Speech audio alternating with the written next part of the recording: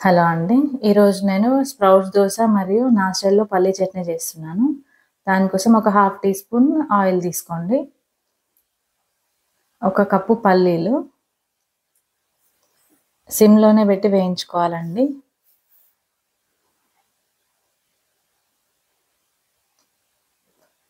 సిమ్‌లోనే పెడితే వేగుతాయండి. పెద్దగా పెడితే మళ్ళీ మాడిపోతది. చట్నీ బాగుండదు. ఇట్లా పల్లీలు సగం వేగిన తర్వాత ఒక 3 పచ్చిమిర్చి, ఒక కప్పు పల్లీలకు ఒక 3 పచ్చిమిర్చి సరిపోతాయండి. ఈ పచ్చిమిర్చి కూడా కొంచెం వేయించుకోవాలి. ఇదంతా సిమ్‌లోనే చేసుకోవాలండి.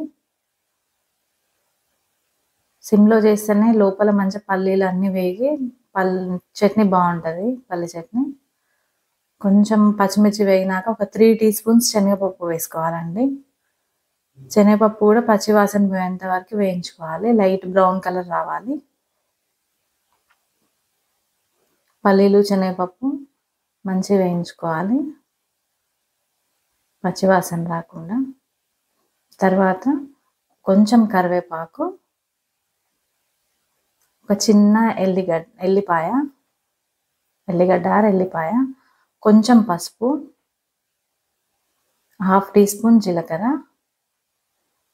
ఒక పావు టీ స్పూన్ సాల్ట్ అండి. దోసలో కూడా ఉంటుంది కాబట్టి మనకు సరిపోతుంది. వెంటనే స్టవ్ ఆఫ్ చేసుకోవాలి. కొంచెం కొత్తిమీర వేసుకొని కొత్తిమీర వేసేసి స్టవ్ ఆఫ్ చేసేసేయాలండి. ఆ వేడికే ఇవన్నీ వేగిపోతాయి మనం లాస్ట్కి వేసినవి. ఇదంతా చల్లారనివ్వాలి. చల్లారిన తర్వాత మిక్సీ జార్లో వేసి మిక్సీ పట్టుకోవాలండి.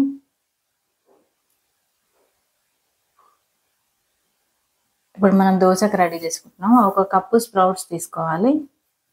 తీసుకొని కొంచెం కరివేపాకు, కొత్తిమీర, ఒక హాఫ్ టీ స్పూన్ అల్లం వెల్లుల్లి, ఒక 4 పచ్చిమిర్చి అండి వేసుకోవాలి జార్లో. ఒక హాఫ్ టీ స్పూన్ జీలకర్ర, ఒక పావు టీ స్పూన్ సాల్ట్ అండి. ఇంకొంచెం కావాలంటే వేసుకోండి కానీ సరిపోతుంది. కొంచెం ఒక పావు టీ స్పూన్ పసుపు వేసి మిక్సీ చేసుకోవాలి ఒకసారి.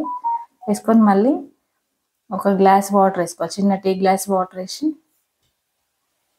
మంచిగా ఫైన్ పేస్ట్ చేసి దోశ పిండి రెడీ చేసుకున్నాము. పెనంకి ఆయిల్ పెట్టాలండి ఆనియన్తోని.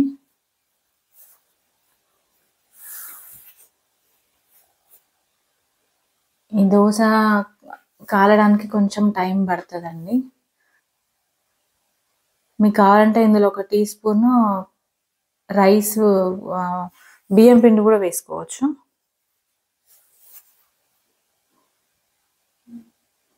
ఒక 1 teaspoon 1.5 teaspoon oil వేసేసి మూత పెట్టుకోవాలండి. ఒక నిమిషం అట్లా కాలాలి. కాలిన తర్వాత మళ్ళీ తిప్పేసుకొని కూడా మళ్ళీ ఒక నిమిషం కాల్చుకోండి.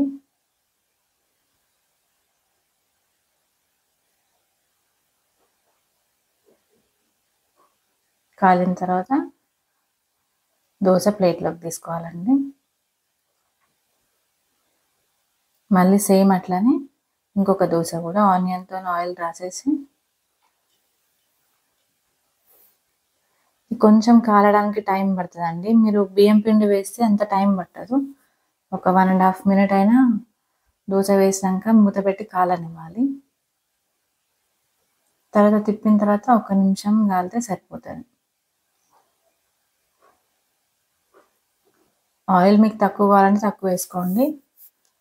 నాకైతే 1.5 టీ స్పూన్ పడుతుందండి. 1 టీ స్పూన్ 1.5 టీ స్పూన్ పడుతుంది. మీకు ఆయిల్ వద్దనుకుంటే కూడా వేసుకోకండి, నో ప్రాబ్లం. ఇంకా ఆయిల్ వేసేసి మూత పెట్టి ఒక 1.5 మినిట్ కాలనివ్వాలి దోశని. మూత తీసేసి మళ్ళీ తిప్పేసుకోవాలండి. మన స్ప్రౌట్స్ దోశ రెడీ అండి.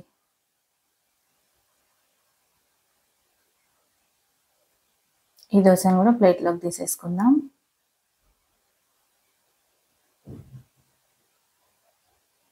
మన స్ప్రౌట్స్ దోశ రెడీ. నా స్టైల్లో పల్లి chutney and sprouts dosa ready అండి. ఓకేనా అండి? Thank you. బాయ్.